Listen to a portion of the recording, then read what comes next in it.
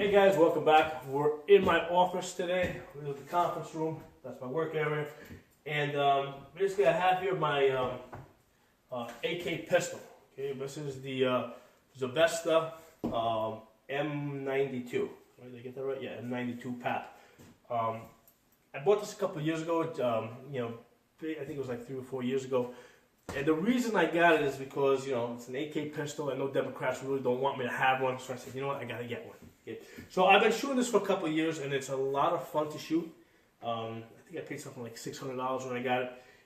It is loud, okay, because it's an 8-inch barrel, shooting a rifle round, a 30 caliber rifle round, and it is loud and it makes a huge muzzle blast, which is fun, okay. And once in a while I'll pull this out. Now the gun is too big to be really used as a pistol. And because it doesn't have a stock, you really can't use this as a rifle either, okay? So basically you just gotta hold it out there, try to stabilize it. It's got a front and rear sight. It actually has a front and rear sight that flips down. It goes from 100 yards to 200 yards by flipping it. So, no, it actually goes from 200 yards to 400 yards.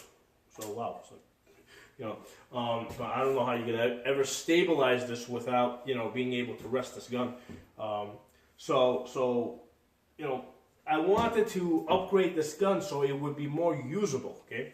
So basically what I'm going to do is I want to turn this into a short barrel rifle without having to go through the ATF bullshit of registering it as an SBR, okay? So the way we're going to do that is we're going to use this SIG brace, okay? So this is the SB47. Yeah, I got this from Optics Planet. I think it was about $100. And really easy to install. Okay, basically, you loosen up the screw over here. And then basically that just slides in. And then you just tighten up the screw. And basically, you're good to go. You got yourself an SBR without having to go through the ATF. Okay? And this is pretty solid. This is pretty solid, so shoulder it. You will be able to shoot this as a rifle, basically. And basically I'm not planning to modify this anyway. I mean, I think there's a limit to how far out this can extend. And I'm, basically the whole point of having a short barrel gun is to have also a short stock. So I want this to be as short as possible and still be functional. So this to me seems like a good length, okay? So this is where we're keeping this. Oh, by the way, on this M92, I got the they came with these cool mags. I came with one. I think I ordered another 3. Oh, no, another 5. So I got 6 total. And on the last round, it locks open. So these are cool, and these do work with other AKs as well. Okay, it locks open, but now to close this, you have to. Either you have to have a round in your magazine or you have to remove it, okay? Okay, so that's one of the cool things about these magazines. If you guys are into AKs, make sure you get a couple of these Serbian magazines that lock open on the last round. Okay, so we're putting the stock on this. Okay, that's going to go in easy. The other thing I'm going to do is basically, because like I said earlier, this gun is extremely loud. And it makes this huge muzzle blast, which makes for really cool videos and having fun, but it's limited in the sense that, you can't shoot more than 50 or 60 rounds, or, because it just gets so loud that you start getting a headache after a while. So, I've got this linear compensator, right? The point of this is to direct the muzzle blast downrange, and now basically that's going to replace the thread cover, the thread protector that came with this. Now, when you get this, they basically they put a bead here. They weld the bead there to lock this in place. And what I did is I took a Dremel to cut it. Okay, but you don't want to go all the way into this. What you want to do is just get rid of most of that meat, and then use a hacksaw to working at an angle. Avoid you don't want to hit the gas block. Okay, you don't want to put a hole in that. To cut it, and then as soon as you cut it, this thing will just come right off. It's reverse threaded, so that can get a little confusing. So that comes off. Okay, this easily goes on. Now here's the thing, once this goes on, there's another piece that you gotta attach. Okay, it's a detent. Okay, and what that's gonna do is there's a hole over here on the side. Right, so you're gonna install that detent, and that's gonna basically, it kind of sticks out. Basically, it's a pin that sticks out, and it catches these little notches here, and it locks that in place. Okay, I got that from Midwest Industries. It was $10. I spoke to them. They were kind enough to just send us regular mail because I ordered something else from them. And I forgot to order this part, and they were kind enough just to order an envelope. Just charge me like $1 shipping. So thanks to them for doing that for me. So basically, that detent is going to go in there to lock this in place. I mean, this does sit some. There is movement on this, just so you guys are aware. Once it's installed, and that detent basically holds it in place. Okay, so we got that. All right, and then the next thing I wanted to do, okay, and it's kind of funny. It's like I didn't think of everything at once. Like in the morning, I woke up. I started thinking about it, and I said, okay, I want to get a stock for this. A couple of hours later, I was saying, well, since I'm getting a stock, let me get a linear compensator for it. And then after that, I'm like, okay, I want to put a red dot on this as well. Okay. Now, as far as putting a red dot on this, you're kind of limited because you don't have a side rail. Okay. There's really two options you have. You really can't go on top, right? Because you can't replace this dust cover.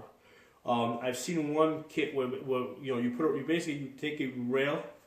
There's a rail that does come here, and you kind of drill it in and lock it in place. I really didn't want to get into that. I didn't want to really make any permanent changes to the gun because I kind of like it. And at some point, I may want to go back to what I have here.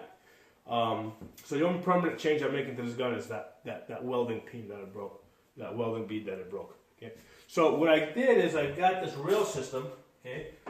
This also came from Midwest Industries. Okay, and the way this works.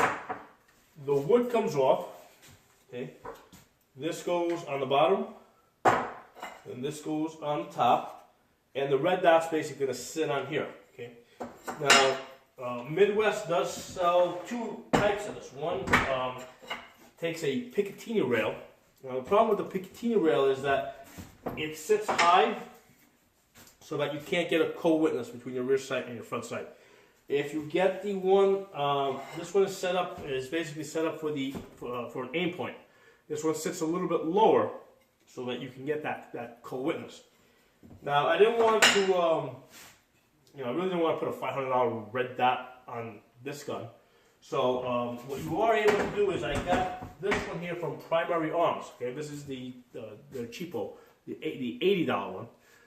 And this has a removable base, okay? So you unscrew the base, and then what you're able to do is you're able to attach this red dot onto the rail here, and basically that will co-witness, okay? Now this $80 Primary Arms, I got this from Optics Planet. I bought this a couple weeks ago. I was actually going to return it because I really wasn't loving it. A couple of things I didn't like is I didn't think that the red dot was bright enough, although it is brighter than the Bushnells, which are something like $50. So it is a little bit brighter than that. Okay, I'm not buying any Bushnells anymore, but it's not as bright as my Adderball. Now the Adderball is a 3 MOA red dot. This is a 2 MOA, so I can understand why. But the other thing I don't particularly love about it is that the dial, it only spins in one direction. So you gotta go from a 0 to 1 to 2, all the way around to 11. You can't go from a 0 to 11 or from 0 to 8. It only goes in one direction. It always seems I want to go from a 0 to like 7 or 0 to 8 or something, and it won't let me do that. So I find that a little bit annoying. Okay, and it takes on top of that, it takes a round battery. I prefer the AAA batteries that I use on my Adderballs.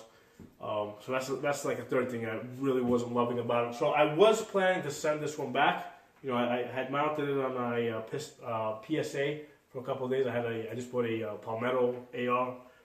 I put this on there temporarily just to check the gun out and see how I like this red dot. I wasn't loving it. I said, I'm going to send this one back. But when I came up with this idea of putting the rail, upgrading this gun to take a red dot, this $80 Primary Arms has basically it has that aim point style base, and it will fit on that. So that's why now I'm keeping this. So that's how how this red dot came to be. Okay, so that is going to go on top of this rail. Now this is an M-lock rail. Okay, no, this is the key lock rail, the key one. I believe that they're switching to the M-lock system. That's why this is normally like $140, and I was able to get this from Midwest for about $75 or $77. So you know, but it comes with a key lock system if you want to mount you know, rails on it. And they give you one rail. Okay, it does come with one rail, and then I bought another one for, it was like $10. So keep that in mind. It comes with the key lock rails, you know, which some people don't like. I mean, I'm not planning to put. I don't know if I'm going to put any lights on this or anything, but you know. So that's what we're doing here. That is, you know, that's the upgrade that I'm doing to this this AK pistol. The next time you guys see this video, or I continue this video rather, I'm going to have everything assembled. I'm not going to try and do it on camera because you know, I know this will be easy. I know that you know, this will probably be easy, but I have a feeling that I'm going to have to really work as far as getting this this rail system mounted, because I believe you got to attach it to the barrel. So that's not something I'm going to try and do on video, because you know, kind of I'm going to have to muddle my way through it. Maybe I have to watch a video to, you know, if I run into any trouble. But I'll talk to you guys soon.